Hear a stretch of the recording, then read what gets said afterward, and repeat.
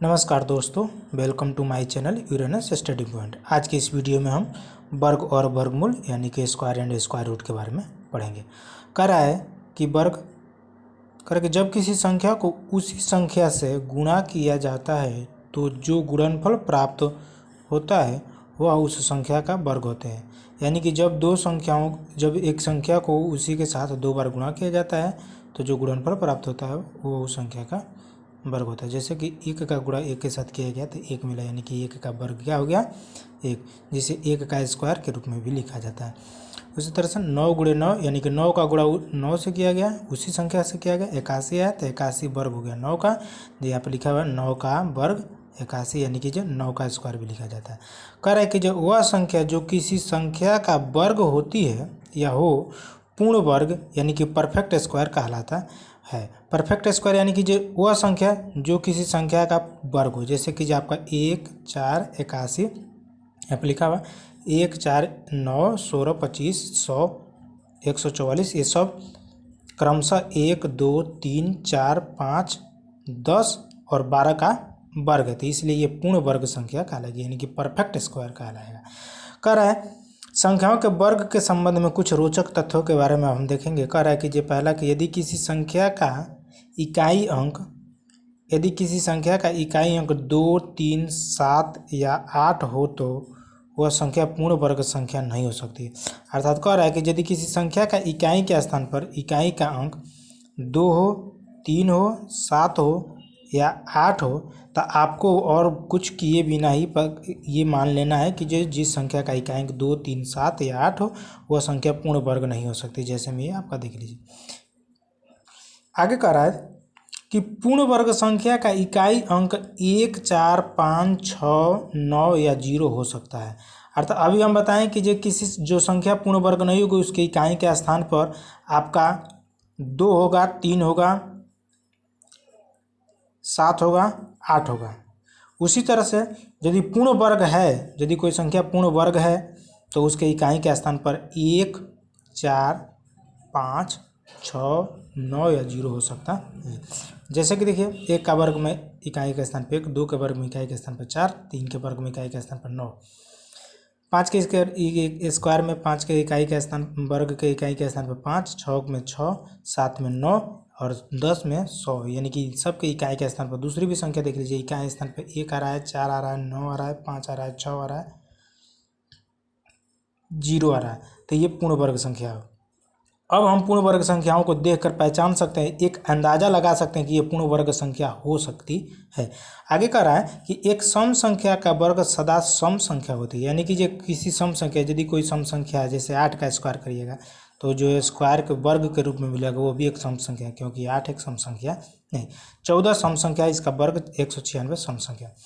कह रहा है आगे कि विषम संख्याओं का वर्ग सदा विषम संख्या ही होती है, यानी कि जो 9 विषम संख्या इसका वर्ग 81 विषम संख्या, 13 विषम संख्या इसका वर्ग 169 विषम संख्या, 25 विषम संख्या इसका वर्ग 625 विषम संख्या। कह रहा है आगे कि यदि किसी पूर्ण वर्ग संख्या के अंत में शून्य की संख्या सम हो, कह रहा है कि जो किसी पूर्ण वर्ग संख्या, यानी कि यहाँ पर देखिएगा पहले बात कर रहा है कि जो संख्या पूर्ण वर्ग होनी चाहिए, संख्या आपकी पूर्ण वर्ग होनी चाहिए, तो पूर्ण वर्ग संख्या के अंत में शून्यों की संख्या यदि सम होगा, सम की बात कर रहा है, इवन हो तो वो पूर्ण वर्ग संख्या, पूरी संख्या पूर्ण वर्ग हो जाएगी। जैसे कि देखिए 1 आपका पूर्ण वर्ग संख्या, इसके बाद से यहाँ पे शून्यों की संख्या सम यानी कि 2 है तो ये पूर्ण वर्ग होगा, यानी कि 10 का स्क्वायर है। 4 पूर्ण वर्ग संख्या है, इसके बाद से शून्यों की संख्या सम यानी कि 2 है तो ये पूर्ण वर्ग होगा, किसका है तो 20 का है। 121 यहाँ तक देखिएगा तो ये पूर्ण वर्ग संख्या है, इसके बाद से इसमें शून्यों की संख्या सम है तो 110 का ये पूर्ण वर्ग हो जाएगा। आगे कह रहा है कि यदि किसी संख्या के अंत में शून्यों की संख्या विषम हो, यदि किसी संख्या के अंत में शून्यों की संख्या विषम हो, यहाँ पर कह रहा है विषम यानी कि ऑड नंबर हो, तो वह संख्या पूर्ण वर्ग संख्या नहीं हो सकती है। यानी कि जब शून्य की संख्या विषम हो, 1 विषम 20 किसी भी संख्या का परफेक्ट स्क्वायर नहीं है, 3 विषम संख्या तो 4000 में ये किसी भी संख्या का पूर्ण वर्ग नहीं है। यहाँ पे देखिएगा 5 जीरो है तो 7 के साथ ही 5 जीरो, तो यह किसी भी संख्या का पूर्ण वर्ग नहीं है। आगे कह रहा है कि जिस संख्या का इकाई अंक, यदि कोई संख्या है जिसका इकाई अंक 1 है या 9 हो तो उसके वर्ग संख्या के अंत में एक आता है। अर्थात इसके कहने का मतलब है कि जैसे यहाँ पर कोई संख्या है, यदि यहाँ पर यदि कोई संख्या है जिसका कोई भी संख्या जिसका इकाई अंक या तो 1 हो या तो 9 हो, यदि 1 है या 9 है तो उसका जब वर्ग किया जाएगा तो जो वर्ग में संख्या मिलेगी उसके इकाई के स्थान पर ऑलवेज 1 आएगा। जैसे कि 11 इकाई के स्थान पर 1, इसका वर्ग किया गया तो 121 मिला, इसके इकाई के स्थान पर 1 है। जैसे 19 का वर्ग किया गया, इकाई के स्थान पर 9 है, वर्ग किया गया तो 361 मिला, इकाई के स्थान पर 1। आगे कह रहा है कि जिस संख्या का इकाई अंक 4 या 6 हो, जिस संख्या का इकाई अंक 4 या 6 होता है तो उसकी वर्ग संख्या के अंत में 6 प्राप्त होता है या आता है। यानी कि देखिएगा 14 इकाई के स्थान पर 4, इसका वर्ग किया गया तो 196, इकाई स्थान पर 6। 26 इकाई स्थान पर 6, वर्ग किया गया था, इकाई के स्थान पर यहाँ पर 6 प्राप्त हुआ। आगे कह रहा है कि जिस संख्या का इकाई अंक 5 हो उसका वर्ग करने पर इकाई के स्थान पर 5 ही आता है। अर्थात कह रहा है कि यदि कोई संख्या है जिसका इकाई के स्थान पर 5 है तो जब उसका हम वर्ग करेंगे तो वर्ग जो प्राप्त होगा उसके इकाई के स्थान पर 5 मिलेगा। 15 इकाई के स्थान पर 5, वर्ग किया गया तो 225, इकाई स्थान पर 5। 65 इकाई स्थान पर 5, वर्ग किया गया था 4 2 2 5, यानी कि इकाई के स्थान पर 5। आगे कह रहा है कि जिस प्रकृति संख्या का इकाई अंक 5 हो, यदि कोई संख्या है जिसका इकाई अंक 5 हो तो उसका वर्ग निम्न प्रकार से प्राप्त किया जा सकता है। जैसे 15 का वर्ग हमको करना है, इकाई के स्थान पर 5 है, इसका वर्ग करना है तो देखिए कैसे करेंगे। 1 है, ये यहाँ पे 1 है तो 1 से 1 बड़ा से गुणा कर दीजिए, 1 से 1 बड़ा 2, 2 से गुणा और गुणे में 100 से गुणा कर दीजिए, प्लस में इकाई के स्थान पर 5 था तब 5 कैसे करेंगे। 1 गुणे 2 2, 100 गुणे में 100, प्लस में 25, 5 का वर्ग 25, यहाँ पे हो जाएगा 200 और प्लस में 25 बराबर 200 आपका 25। इसी तरह से 35 इकाई के स्थान पर 5 था, इसका वर्ग हमको करना है तो 3, यहाँ पे देखिए 5 को छोड़कर आगे जो संख्या बची है 3, तो 3 से 1 बड़ा से गुणा कर दीजिए, 3 से 1 बड़ा 4 और गुणे में 100 कर दीजिए, और प्लस में इकाई के स्थान पर 5 था तो 5 का स्क्वायर, तो ये आपका ऐसे आ जाएगा।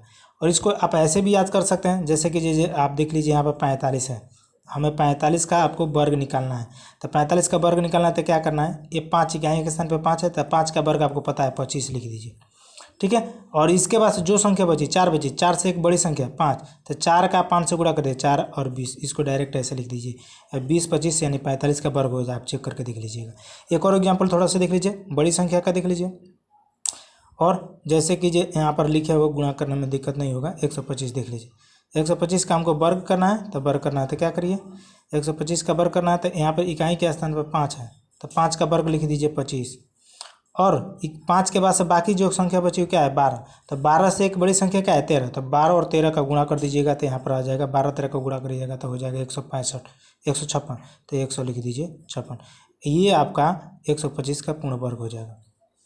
आगे कह रहा है कि प्रथम n विषम प्राकृतिक संख्याओं का वर्गों का जोड़ योगफल जो होता है n स्क्वायर के बराबर होता है। यानी कि जितनी भी आपको प्रथम n प्राकृतिक संख्या विषम प्राकृतिक संख्याओं के वर्गों का जोड़ यदि ज्ञात करना तो वो n स्क्वायर के बराबर होगा। जैसे कि देखिए एक प्राकृतिक संख्या एक विषम संख्या 1 का वर्ग का जोड़ करिएगा तो 1 हो जाएगा। यहाँ पे 1 का वर्ग के बराबर है 2, यानी कि 1 और 3 दो विषम संख्या, तो इसका जोड़ कितना होगा 4 होगा। कैसे देखिएगा 3 और 1 4, तो किसके वर्ग के बराबर 4 के बराबर, 2 के वर्ग के बराबर। अर्थात कह रहा है कि n प्राकृतिक संख्याओं n प्राकृतिक विषम संख्याओं के वर्गों का जोड़ जो होता है n स्क्वायर का वर्ग।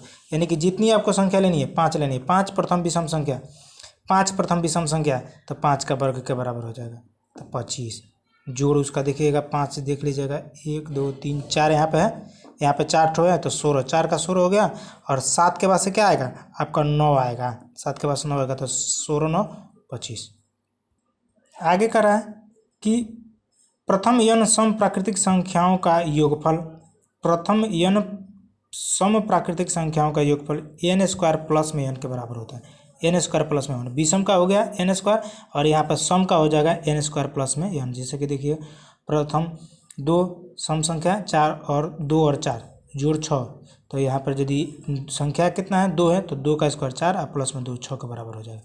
इसी तरह से 4 ठो है 2 4 6 8, 2 4 6 8 चार लगातार सम संख्या, तो इसका जोड़ 20 हो रहा है। देखिएगा तो 4 हो रहा है तो n की जगह पे 4 रखिएगा तो 4 का स्क्वायर 16 और प्लस में 4 20 आपका हो जाएगा। आगे करा है कि दो क्रमागत प्राकृतिक संख्याओं के वर्गों का अंतर, दो क्रमागत प्राकृतिक संख्याओं के वर्गों का अंतर दोनों संख्या के जोड़ के बराबर होता है।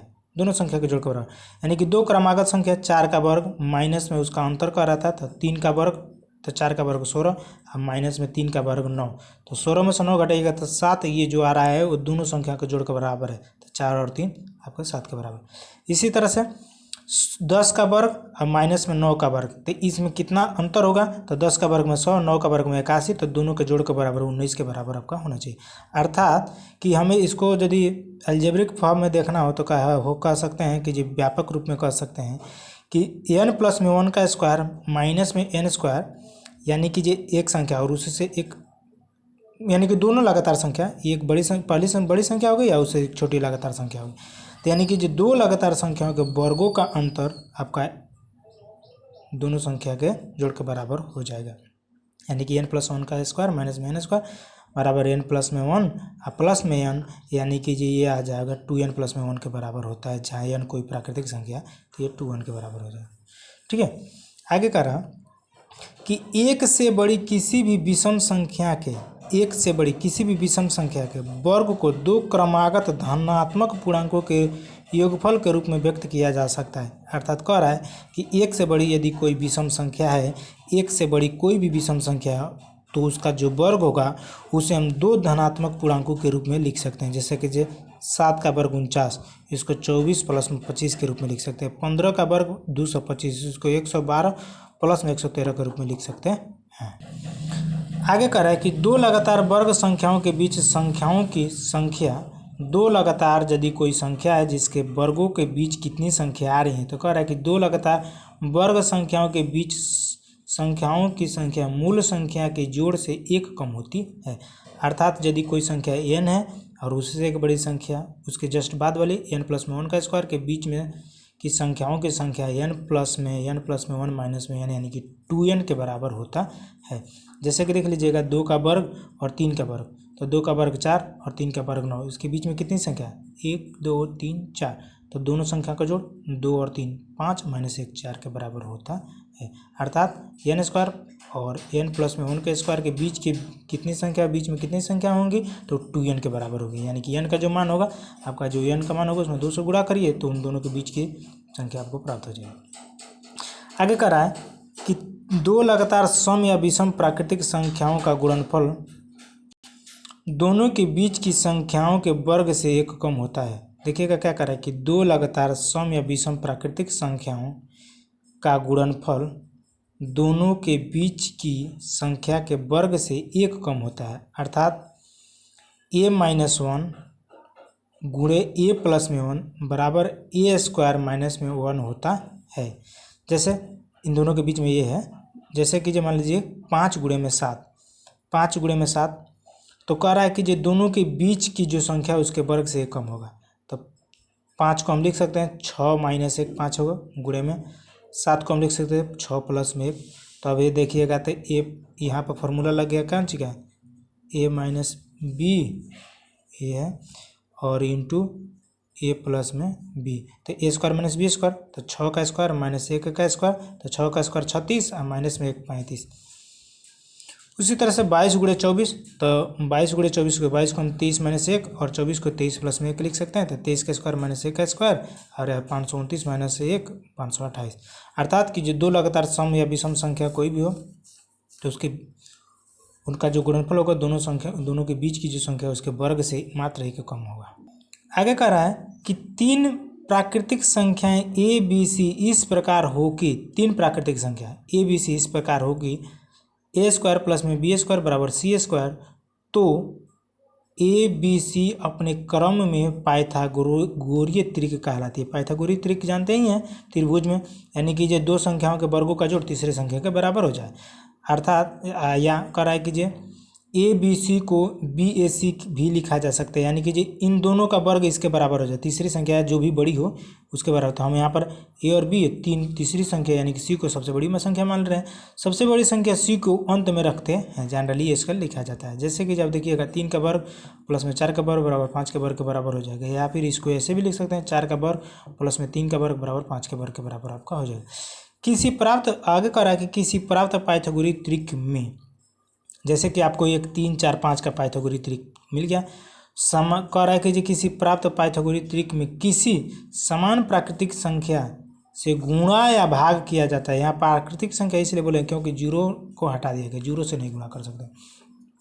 कह रहा है कि जो समान संख्या प्राकृतिक संख्या से गुणा या भाग किया जाता है तो प्राप्त परिणाम जो भी रिजल्ट निकलेगा वो भी एक पाइथागोरस त्रिक ही होगा। जैसे कि देख लीजिए, हमें 2 3 क्या था, हमें एक पाइथागोरस त्रिक ऊपर लिए थे 3 4 और 5 लिए थे। 3 में 2 से गुणा कर दिया गया, 4 में 2 से गुणा कर गया, 5 में 2 से गुणा करा तो 3 दूना 6 का स्क्वायर, 4 दूनी 8 का स्क्वायर, 5 दूनी 10 का स्क्वायर, 6 का स्क्वायर यहाँ पर हो जाएगा 36, यहाँ पर 8 का स्क्वायर हो जाएगा 64, ये बराबर आपका 100 यानी कि 10 के स्क्वायर के बराबर हो जाएगा। अर्थात कह रहा कीजिए किसी एक से बड़ी प्राकृतिक संख्या, किसी एक से बड़ी प्राकृतिक संख्या n के लिए 2n n स्क्वायर माइनस में 1 और n स्क्वायर प्लस में 1 एक पाइथागोरस त्रिक होगा। अब यहाँ पे आप n के जगह पे कुछ भी रख सकते हैं, कोई भी संख्या नॉन जीरो संख्या रख सकते हैं, कोई जीरो से बड़ी, यहाँ क्योंकि आपको पहले बताया था चूँकि दिया गया है एक से बड़ी या प्राकृतिक संख्या का बात किया गया। तो कह रहा है कि जब पाइथागोरस त्रिक में n के जगह पर कोई भी मान रखिएगा तो आपको जो रिजल्ट मिलेगा उसको फॉलो करते हुए तो आपको एक पाइथागोरस त्रिक देगा। जैसे कि n की जगह हम 4 रख के देखें तो आपका 8 15 17 1 मिला जो पाइथागोरस त्रिक है। कुछ और इंटरेस्टिंग वर्ग से संबंधित संख्याओं को देख लीजिए। जैसे कि 1 का वर्ग आपका 1 हो गया, 11 का वर्ग आपका 121 हो जाएगा, 111 का वर्ग आपका 12 3 21 हो जाएगा। कैसे ये हो रहा है इसको देखिए, पैटर्न को थोड़ा समझिए। चार्ट हो के यानी कि 1111 रहेगा तो उसका वर्ग होगा, तो उसको पैटर्न को थोड़ा सा समझ लीजिए। आप जितनी भी संख्या जितना भी एक है, जैसे देखिएगा यहाँ पे 1 2 3 4 5 है तो 5 लिखिए, 5 के बाद से दाहिने तरफ और बाएं तरफ उल्टा गिनती लिख दीजिए। 5 के बाद से 4 3 2 1, 5 के बाद से 4 3 2 1।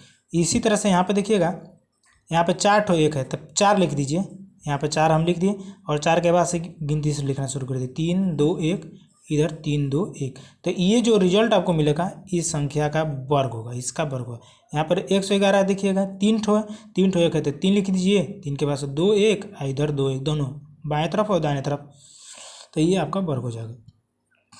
उसी तरह से 7 का वर्ग 49। अब 67 का वर्ग, 67 में 67 से गुणा करना होगा, 7 का हमको तो याद था 49 बोल दिए। 67 का कैसे होगा तो देखिए 67 का है तो क्या कर लेंगे, दो संख्या है तो 2 ठो 4 लिख दीजिए, 2 ठो 4 लिखिए और उसके बाद से 8 लिखिए और एक 9 लिख दीजिए। 9 लास्ट में, सबके लास्ट में 9 रहेगा, सबके लास्ट में 9 एक ठो रहेगा तो ठीक है।